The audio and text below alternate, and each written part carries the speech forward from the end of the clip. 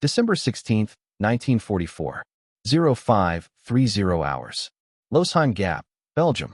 Private James Hendricks heard the sound before he understood what it meant. A deep mechanical rumble cutting through fog so thick he couldn't see his own boots. The sound grew louder. Then came the muzzle flash, impossibly close, illuminating the gray wall for one brutal second. The half-track beside him exploded. Hendricks dove into frozen mud as 75mm rounds from a Panzer IV tore through his company's position. The Germans were firing blind, but they didn't need to see. They knew exactly where American vehicles had stopped the night before. Before we dive into this deadly game of blind combat that defined the Battle of the Bulge, make sure you're subscribed so you never miss these untold stories of how ordinary soldiers adapted to survive the impossible. In the first 48 hours of Germany's Ardennes offensive, American forces suffered over 9,000 casualties. Nearly one-third died without ever seeing the enemy that killed them. Fog banks measuring 200 to 400 yards thick blanketed the forests. Visibility dropped to 15 feet. German tank commanders had trained for exactly this scenario. American infantry had not. The asymmetry was devastating. Wehrmacht armored units had spent months preparing for winter offensive operations in limited visibility. They'd practiced sound navigation, coordinated movement in fog, and firing solutions based on audio cues. Panzer crews knew the roads, the crossroads, the likely American positions.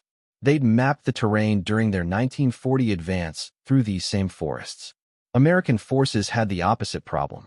The 99th and 106th Infantry Divisions holding the Ardennes were green. The 106th had arrived just 5 days before the German attack. They'd trained at Fort Jackson and Camp Atterbury in clear conditions. Their anti-tank doctrine assumed visibility. On December 16th, that doctrine became worthless. Sergeant Bill McKinley, 2nd Battalion, 394th Infantry Regiment, watched 3M4 Shermans burn within minutes of first contact. We could hear them, but couldn't see anything past 20 feet, he later testified. Our guys were shooting at sounds. The Germans were shooting at positions they already knew. It wasn't a fight. It was an execution. By noon, his battalion had lost 47 vehicles without destroying a single German tank. The German advantage extended beyond preparation. Their tanks carried superior optics, Zeiss rangefinders that functioned marginally better in poor visibility. More critically, German crews operated with acoustic discipline. They moved slowly, minimized engine noise during final approaches, and fired from pre-positioned ambush points. American forces kept vehicles running for warmth, used radios liberally, and moved with peacetime carelessness. Every sound telegraphed position. Weather compounded the disaster. Temperatures hovered between 28 and 35 degrees Fahrenheit, ideal for persistent fog. Meteorologists documented 94% humidity with temperature inversions trapping mist in valleys. This wasn't random weather. German planners had selected December 16th to 20th because historical records showed this period averaged 4.2 days of heavy fog in the Ardennes. They'd weaponized the climate. The mathematics were brutal.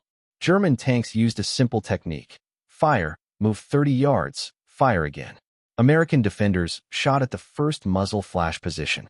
The second shot killed them. Within 36 hours, American forces had expended 67% of available bazooka ammunition with a hit rate below 8%. Lieutenant Colonel Robert Douglas, battalion commander in the 28th Infantry Division, radioed desperate assessments. "We are fighting ghosts. Request immediate fog dispersal support or tactical withdrawal authorization." Neither came. Fog dispersal technology didn't exist. Withdrawal would collapse the entire defensive line. Douglas's men would have to learn a new kind of warfare or die trying. Desperate improvisation followed. The techniques that would eventually turn the tide emerged from NCOs and junior officers watching their men die and refusing to accept there was no answer. The fog that gave German tanks dominance would become their vulnerability, but only after American forces paid a staggering price to understand how. U.S. Army anti-tank doctrine in 1944 was built on desert warfare lessons from North Africa. Tank destroyer battalions trained to engage at 800 to 1,200 yards using visual acquisition. Every assumption proved wrong in the Ardennes. The standard engagement sequence required 5 steps: visual detection, range estimation, position reporting, coordinated fire, and target verification. In fog, this sequence collapsed at step 1. Bazookas had 120-yard effective range, but required visual contact. German Panzers were killing from distances soldiers couldn't estimate in the mist. Training manuals explicitly warned against firing on sound alone. The reasoning made sense in clear conditions. Muzzle flashes revealed positions, wasted ammunition created resupply problems, and acoustic targeting was unreliable. In Normandy and across France, this doctrine worked. American forces had enjoyed air superiority, artillery support, and good visibility. The Ardennes inverted every advantage. Field Manual 23 to 30 dedicated 0 paragraphs to fog engagement tactics. FM 17 to 36 mentioned limited visibility in one subsection, recommending delayed engagement until conditions improve. But conditions weren't improving. The fog lasted days. Waiting meant dying. Captain Thomas Harrison, assigned to 3 Corps headquarters as a tactics instructor, had tried to warn someone. In November 1944, he'd submitted a report noting Wehrmacht defensive tactics in Italy relied heavily on fog and reduced visibility. He'd recommended developing engagement protocols for blind combat. The report went to V Corps planning, was stamped interesting but not priority, and filed. Harrison's recommendations never reached the divisions that would need them 30 days later. American training culture emphasized offensive action, combined arms coordination, and overwhelming firepower. These were strengths in mobile warfare. They became liabilities when immobilized by fog against an enemy prepared for static defense and ambush. The 99th Division had conducted exactly one low-visibility tactical exercise. It lasted 4 hours. No additional training was allocated. German preparation was methodical. Panzerlehr Division, one of the spearhead units, had conducted 23 days of fog combat exercises in October and November. Crews practiced compass navigation, coordinated movement in artificial smoke, and firing sequences that minimized muzzle flash while maximizing suppressive effect. They'd weaponized limited visibility. The doctrinal gap extended to basic equipment. German tanks carried 87 rounds per Panzer, 4 versus 71 per Sherman. German doctrine for fog combat called for suppressive volume fire at suspected positions. They could afford to spray probable locations with 8 to 10 rounds. American crews, trained for precision engagement, rationed every shot. Weather forecasting revealed another critical failure. Supreme Headquarters Allied Expeditionary Force Meteorology Staff had predicted the mid-December fog conditions. The forecast reached Eisenhower's desk on December 12. It did not reach division-level commanders in the Ardennes. Those commanders positioned forces assuming clear conditions.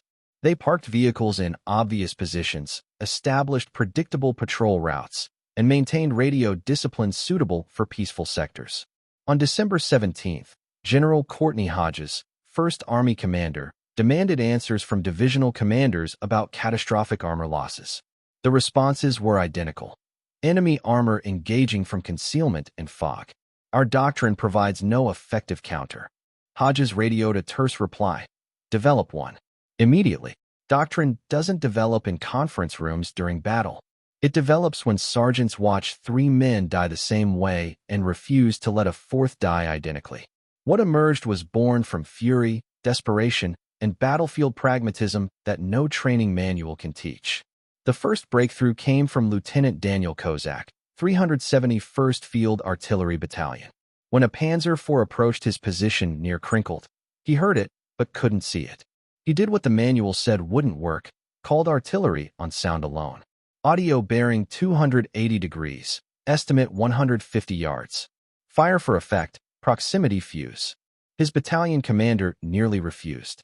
Firing on estimated positions violated protocol. Kozak overrode him. 8 105mm shells airburst above the invisible Panzer. The tank didn't explode, but the crew bailed, disoriented. Kozak's team captured them and examined their tank. The Panzer's commander had been navigating with a wax map board marked with precise American positions, vehicle parks, crossroads, defensive positions. The Germans weren't guessing. They'd scouted extensively before the offensive, but their information was 3 to 4 days old. If American forces moved unpredictably, German acoustic targeting lost effectiveness. This insight spread faster than any official communication could travel. By December 19th, battalion commanders across the sector were implementing position rotation protocols. Units moved 50 to 100 yards every 2 to 3 hours. They established false positions with idling vehicles, while actual defensive positions sat silent 30 yards away. The tactic was exhausting, but survival rates improved 40% in the first 24 hours. The second innovation came from tank destroyer crews who violated every engagement rule. Sergeant Michael Torres, commanding an M10 tank destroyer, realized German Panzers fired in predictable sequences. First shot from ambush, pause to assess, second shot 15 to 20 seconds later from slightly different position. Torres positioned his M10 perpendicular to the expected firing lane, engine off, crew silent. When the Panzer fired its first shot at a decoy position, Torres's gunner counted to 12, then fired at the muzzle flash location plus 25 yards in the direction of German movement. The shot missed, but forced the Panzer to stop. The German crew panicked. Their return fire was wild. Torres's second shot, fired at the new muzzle flash, penetrated the Panzer's side armor. First kill attributed to blind counter-battery fire. Within 48 hours, every M10 and M18 unit in 8 Corps was practicing the technique. Success rate remained low, maybe 1 kill per 8 attempts, but infinitely better than 0.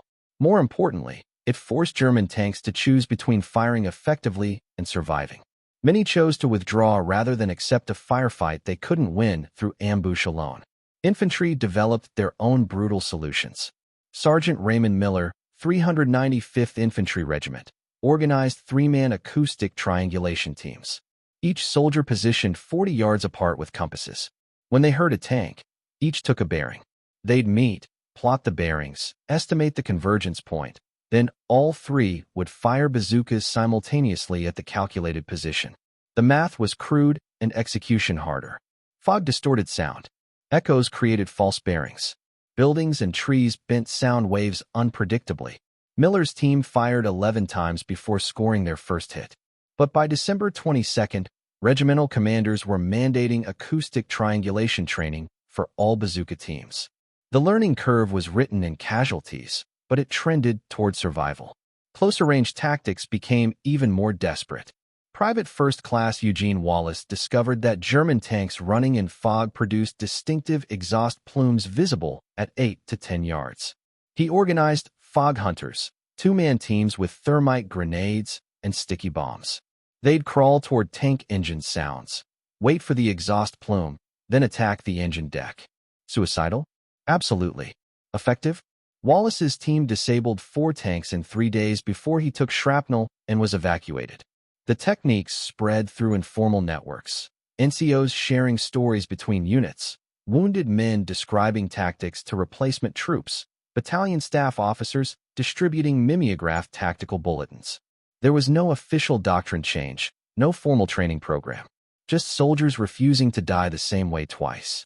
By December 23rd, German situation reports documented a disturbing trend.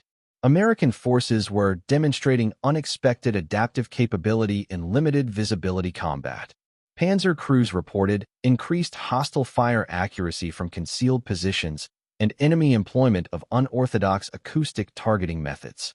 The fog that had given German armor dominance for 7 days was becoming neutral terrain. The weather provided the final advantage. On December 23rd, the fog lifted. Allied air superiority returned with devastating effect.